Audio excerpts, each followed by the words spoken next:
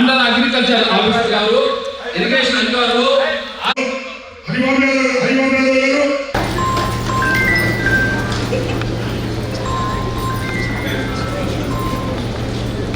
రెండేళ్ల పరిపాలన పూర్తయిన సందర్భంగా వాడవాడలా జరుగుతున్నటువంటి ఈ యొక్క సభలు ఆంధ్రప్రదేశ్ తెలుగుదేశం పార్టీ కూటమి, తెలుగుదేశం జనసేన బీజేపీ ఎన్డీఏ కూటమి ఆధ్వర్యంలో ఎక్కడికక్కడ కోలాహలంగా జరుగుతున్నాయి. మహానాడు దగ్గర నుంచి ఏదైతే ఈ సభల దాకా పోరెత్తే పార్టీ కార్యకర్తల శ్రేయోభిలాషుల ఆశీస్సులతో విజయవంతంగా ముందుకు సాగుతూ ఉన్నాయి. ఇక నెల్లూరు రూరల్ నియోజకవర్గంలో చంద్రబాబు నాయుడు గారు ముఖ్యమంత్రిగా, పవన్ కళ్యాణ్ గారు ఉప ముఖ్యమంత్రిగా, నారా లోకేష్ గారు యువనేతగా ఈ యొక్క నెల్లూరు రూరల్ నియోజకవర్గంలో జరిగిన అభివృద్ధి పనులు అటు మంత్రుల, ఎంపీల, ఎమ్మెల్సీల సహకారం, వీరితో పాటు జరిగినట్టు అభివృద్ధి పనులు అన్నీ కూడా చెప్పారు. వాటి జోలికి నేను వెళ్ళదలుచుకోలే. అయితే ఇందాక మాట్లాడిన వాళ్ళల్లో 4 అధికారుల పేర్లు మర్చిపోయారు.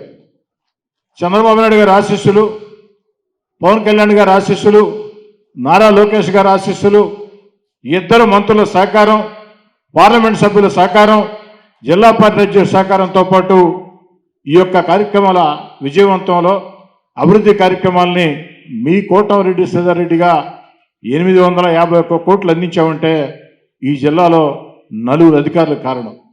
1 కలెక్టర్ గారు, 2 జాయింట్ కలెక్టర్ గారు, 3 నెల్లూరు నగర కమిషనర్ నందన్ ఓబులేష్ గారు, 4 మన ఆర్డీఓ గారు. వీళ్ళ గురించి ఎంత చెప్పినా తక్కువే. ఎందుకంటే ఇందాక చాలా చెప్పారు. ఫ్లైఓవర్లని, అండర్ బ్రిడ్జీలని, బైపాస్ రోడ్లని, అదని ఇదని, బారాషాయి దర్గాని, గణేష్ ఘాట్ అని, ఎన్టీఆర్ నెక్లెస్ రోడ్ అని, పొదలకూరు రోడ్ అని అనేకం చెప్పారు, ఎంఎస్సీ పార్క్ అని. ఇవన్నీ రాజకీయ నిర్ణయాలైనా అధికారుల సహకారం లేకుంటే సాధ్యం కాదు. మన ఆర్డీఓ గారు అయితే ఫైళ్లు పరిగెత్తిచ్చారంటే గుర్రాల్లాగా. రైల్వే అండర్ బ్రిడ్జిల విషయంలో ఒక చిన్న సమస్య వస్తే మధ్యాహ్నం 2 గంటలకి విజయవాడ నుంచి వాళ్ళు ఫోన్ చేసి ఈ విధంగా లెటర్ పంపిస్తున్నాం, తిరిగి మాకు రిప్లై కావాలని, కనీసం 15 రోజుల్లో కావాలని చెప్పి అడిగితే మధ్యాహ్నం 2 గంటలకు చెప్తే సాయంత్రం 6 గంటలకి ఫైల్ కిందకి పైకి 2 సార్లు తిరిగి, ఇప్పుడంతా ఈ ఫైల్ కాబట్టి రైల్వేలోకి పోతే ఆ రైల్వే ఉన్నతాధికారి నాకు ఫోన్ చేసి చెప్పిన మాట నిజంగా నాకు సంతోషంతో కన్నీళ్ళు వచ్చాయి. ఏంది సార్ ఇది, సినిమానా నిజమా మాకు అర్థం కావట్లేదు. ఈ ఫైలు మా దగ్గరికి మళ్ళీ రావాలంటే, క్లియర్ కావాలంటే 15 రోజులు సమయం కావాలా? 4 గంటల పాటు. ఆ రోజు తమాషా ఏంటంటే కలెక్టర్ గారు ఊర్లో కూడా లేరు, అమరావతిలో కలెక్టర్ కాన్ఫరెన్స్లో ఉన్నారు. కలెక్టర్ కాన్ఫరెన్స్ పూర్తయిన తర్వాత కలెక్టర్ గారు కారు ఎక్కిన తర్వాత ఈ ఫైల్ స్టార్ట్ చేస్తే వారు నెల్లూరుకు వచ్చేటప్పటికి కిందకి పైకి 2 సార్లు తిరిగి ఫైనల్ అప్రూవ్ 6 గంటలకి అని చెప్పాను. నేను ఇది నా గొప్పతనం కాదండి, మేము ఆరాటపడవచ్చు. మా ఆ విషయంలో అయితే పూర్తి క్రెడిట్ కలెక్టర్ గారికి, ఆర్డీఓ గారికి చెందదు. స్వయంగా అధికారులు చాలా సమస్యలు చెప్తూ ఉంటాం, మనం చెప్తూ ఉంటే చేస్తూ ఉంటారు. మన ఆర్డీఓ గారు చేయటం కాదు, వెంటనే ఈ సమస్య పరిష్కారం కావాలంటే కన్సర్ట్ అధికారులతో ఒక గ్రూప్ ఏర్పాటు చేసి ఆ ఫైలు పరిగెత్తించేలాగా చేస్తారు. కాబట్టి ఈ జిల్లా చరిత్రలో 3వసారి ఎమ్మెల్యే గెలిచిన తర్వాత తృప్తిగా ఉంది. 10 ఏళ్ల పాటు చేయలేని అభివృద్ధి, నెల్లూరు రూరల్ నియోజకవర్గం నీకు 2 సార్లు ఓటేసింది. ఏం చేశావంటే పోరాటాలు చేశాను కానీ తృప్తిగా చేసిన అభివృద్ధి అంటూ లేదు. కానీ 2 ఏళ్ళు తల ఎత్తుకొని సగర్వంగా కాలు రైరేసి నెల్లూరు రూరల్కి ఏం చేశావంటే ఇది నెల్లూరు రూరల్ చేసిందని చెప్పుకోలుతున్నామంటే దానికి మీరు అందరి అండ, అధికారుల సహకారం, ముఖ్యమంత్రి గారి ఆశీస్సులు అని చెప్పని సవినయంగా మనం చేస్తూ ఉన్నాం. కానీ 851 కోట్లని గిరి చాలా సంతోషంగా చెప్పాడు. ఒక పాయింట్ మిస్ అయ్యాడు గిరి. నెల్లూరు రూరల్ నియోజకవర్గంలో పూర్తి స్థాయిలో రోడ్లు, కాలువలు, బ్రిడ్జీలు, కరెంటు, మంచినీటి పైప్ లైన్లు, శ్మశానాలు, వాటర్ ప్లాంట్లు, పార్కులు ఇవన్నీ 100% జరగాలంటే కావాల్సిన డబ్బులు అక్షరాల 2,500 కోట్లు అని చెప్పి మనం చేస్తూ ఉన్నా. 2,500 కోట్లు ఎక్కడా? 851 కోట్లు ఎక్కడా? చాలా దూరంలో ఉన్నాం గిరి. ఇంకా సమయం లేదు. 2 ఏళ్ళు అయింది.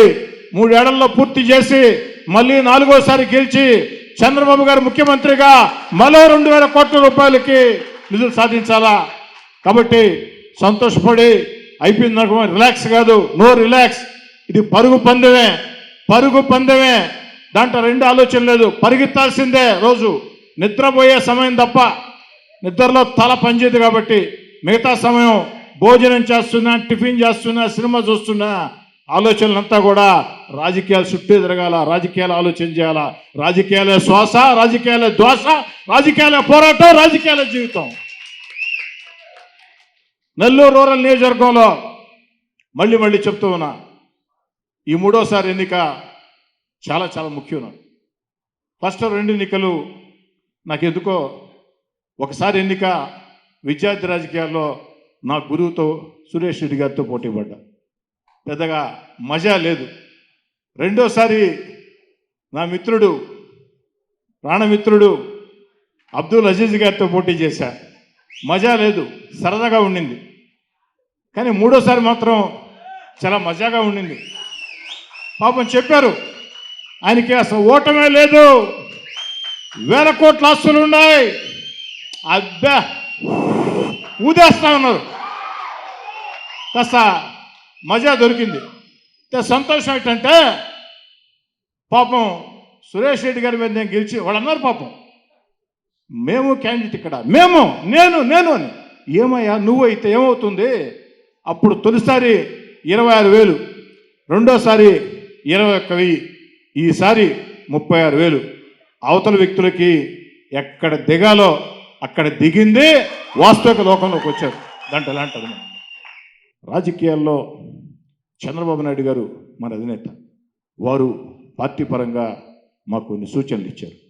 ఆ సూచనల్లో భాగంగా ఎన్నికల తర్వాత కూడా నెల్లూరు రూరల్ నియోజకవర్గంలో అనేక మంది నాయకుల్ని, కార్యకర్తల్ని తెలుగుదేశం పార్టీలో చేర్చుకున్నాం. మరి వాళ్ళందరినీ ప్రోత్సహించాల్సిన బాధ్యత కూడా సమర్థులైన వ్యక్తుల్ని ఉంది. కాబట్టి అనేక రకాల వ్యక్తులతో, ఒకటి మాత్రం వాస్తవం, ఎవరైనా జనం మధ్యలో ఉండి పార్టీ కోసం అంకిత భావంతో పనిచేస్తాం అన్న వ్యక్తులకి నెల్లూరు రూరల్లో చోటు ఉంటుంది. అలా కాకుండా ఎలక్షన్ సమయంలో పారాచూట్ల ద్వారా, హెలికాప్టర్ల ద్వారా డబ్బు సంచులతో వస్తామంటే అలాంటి వ్యక్తికి నెల్లూరు రూరల్ నియోజకవర్గంలో ఒక్క టికెట్ కానీ, ఒక్క కమిటీ సభ్యుడు కానీ వచ్చే ప్రశ్న లేదు. మాట చెప్తున్నా, రాసి పెట్టుకుంది అంటారు మనం. కాబట్టి ఎవరైనా సరే జనం మధ్యలో ఉండాలి. జనం మధ్యలో ఉండే వాళ్ళని ప్రోత్సహించేదానికి మేము సిద్ధం.